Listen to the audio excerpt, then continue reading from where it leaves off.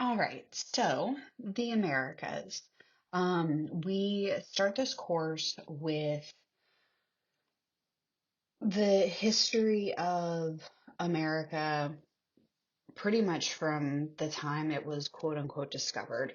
But I'm going to give you a little bit of background information on what America was like prior to European discovery. So, this new world. Um, some archaeologists estimate that the first people settled in North America about 40,000 years ago. Migrants from Asia may have crossed a land bridge that once connected Siberia and Alaska, and that's now submerged by the Bering Sea. And over time, people migrated south from near the Arctic Circle to the southern tip of South America. The first Americans adapted to these varied environments of the regions that they found. They evolved into hundreds of different tribes, they spoke different languages, and they practiced different cultures, which makes sense. Estimates of the native populations in the Americas in the 1490s vary from roughly 50 million to 100 million people. So big, big populations here when the Europeans thought that these were just uncivilized tribes of people.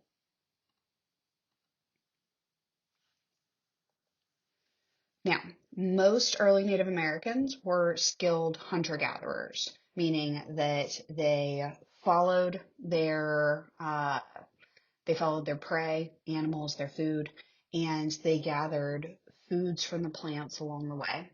They would move in search of large grazing mammals, rabbits, whales, seals, fish, wild plants, depending on where they were. Obviously, if they're going to be closer to the coast, they're going to be looking for whales, seals, and fish. But you're not going to really find that if you're in the middle of the Great Plains.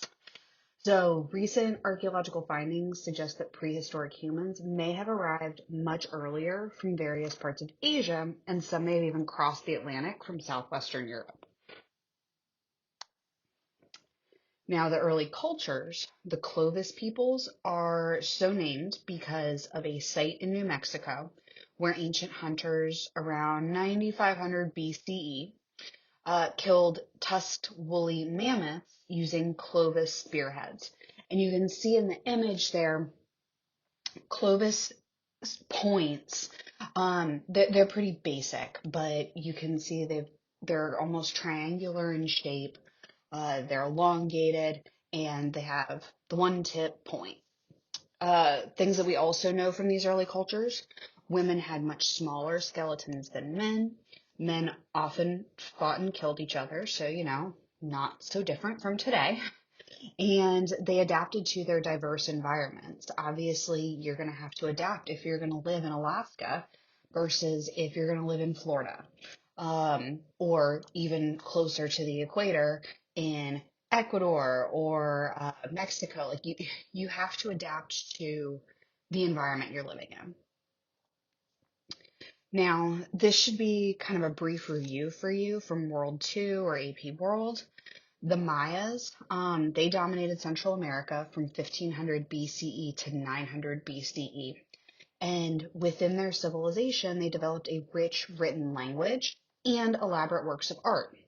They also used sophisticated math and astronomy to create a yearly calendar that was actually more accurate than the ones that the Europeans were using at the time of Columbus. So, very advanced society. We also have the Incas. Now, they stretched more than 2,500 miles along the Andes Mountains in South America. They had systems of irrigated farms, stone buildings, and interconnected networks of roads that were made of stone. Their roadways still exist today. It's fascinating to see all of the Incan roadways because not only are they stone roadways, but they connected all of this area in mountainous terrain. And in the Incan Empire, you see as many as 12 million people speaking at least 20 different languages. So, very large empire throughout the 2,500 miles. And the Aztecs, Mexica, they built Tenochtitlan in 1325, which is what we know today as Mexico City. And their warfare was considered a sacred ritual, but they did fight with wooden swords, focusing on wounding rather than killing. They wanted to sacrifice their captives to the gods, and they also wanted their captives to work as slaves. Um, the Mexica paid tribute to their leaders in goods and services, so almost like a tax. The large stone temples that they built, they had broad paved avenues, thriving marketplaces. They were also a very advanced society, and Europeans didn't really take that into account when they came and quote unquote discovered America. They also had city states that were organized into provinces and then connected by a network of roads. So again, very advanced civilization, much like you would see in Europe, Africa, Asia. Just because it's in a different location doesn't mean this wasn't happening. In the North American Southwest, we see a lot of different corn growing societies living in multi-story adobe cliffside villages. We see a lot of irrigation canals because, it tends to be a little drier, so they need that to water their crops. They have decorative pottery, turquoise jewelry, and they constructed temple mounds, which we'll see throughout America, earthen pyramids that were used for sacred ceremonies. So we see the pyramids, not like, yeah, we see them in Egypt, but we also have seen them in South America and Central America with the Native American groups. And now we're seeing them in the North American area. The Hohokam, those who have vanished, they disappeared during the 15th century, probably because of a prolonged drought. The Anasazi, or the Ancient Ones, they had no rigid class structure, and they engaged in warfare only in self-defense. The Hopi are a group of Anasazi, and they mean peaceful people. Environmental factors tended to cause their decline. So you can see these cliffside adobe dwellings that are pictured, and they're unique forms of pottery. And on the bottom right, you can see traditional dance and dress of the North American Southwestern peoples. As for the North American Northwest, we're looking at Northern California to Alaska. They had abundant shellfish, salmon, seals, whales, deer, wild edible plants. Makes sense, they're a very coastal group. They had intricate religious rituals and sophisticated woodworking skills. They carved towering totem poles that featured decorative figures of animals and other symbolic characters. It's a common misconception that the higher you are considered on the totem pole, that you're more important, but really it's the lower you are on the rungs of the totem pole that you're important. They had large shelters that included large earthen floored cedar plank houses that could be up to 100 feet long, so pretty big, where whole groups of families would live together. And they created sturdy ocean-going canoes from red cedar tree trunks that some were large enough to build or to carry 50 people. So you can see an example of a canoe there, a few examples of totem poles and masks for rituals, as well as a longhouse. As for the Great Plains, you see a bunch of different groups. They were nomadic hunter-gatherers. They would track enormous herds of bison across grasslands.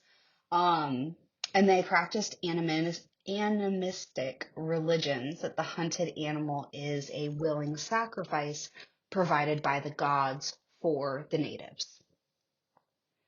The Mississippian cultures, these are the mound building cultures, and they were largely agricultural societies. They had burial mounds. They had a complex social structure that had division of labor. They had extensive trading networks, and one of the most famous groups of Mississippians was the Cahokia.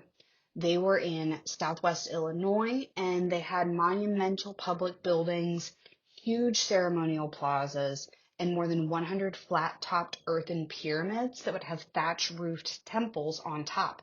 As I said, remember, the pyramid structures were very important in the Native American societies. So you can see examples of what these villages would have looked like, these giant earthen pyramids that would have a temple on top, and then you would have a city structure around it. The eastern Woodlands peoples included the Algonquians, the Iroquoians, and the Muskogeans. These are people you would have seen here in Virginia. So the Algonquians, they tended to live in small round shelters known as wigwams, or multifamily longhouses. Villages would move with the seasons, and they were skilled at fishing, shellfish, all that fun stuff. And we get succotash from them, which is a mixed meal of corn, beans, and squash. The Iroquois-speaking peoples, they were farmer hunters who would live together in extended family groups known as clans and would share bark-covered longhouses. The women would hold key leadership roles in Iroquois culture. And the Muskogeans had matrilineal societies, meaning passed through the mother or woman, with a very rigid class structure. You can see that these Eastern Woodlands peoples, they would live in these town units, building walls for protection, but they also had various structures that they would build. Now for exploration. Why are we starting exploration? In Europe, we have this rebirth of classical learning, aka the Renaissance, and several of the technological advances during the Renaissance resulted from Europeans making improvements in the inventions of others. So, for example, they started to use gunpowder that was invented by the Chinese, and the sailing compass, which was adopted from Arab merchants who learned about it from the Chinese.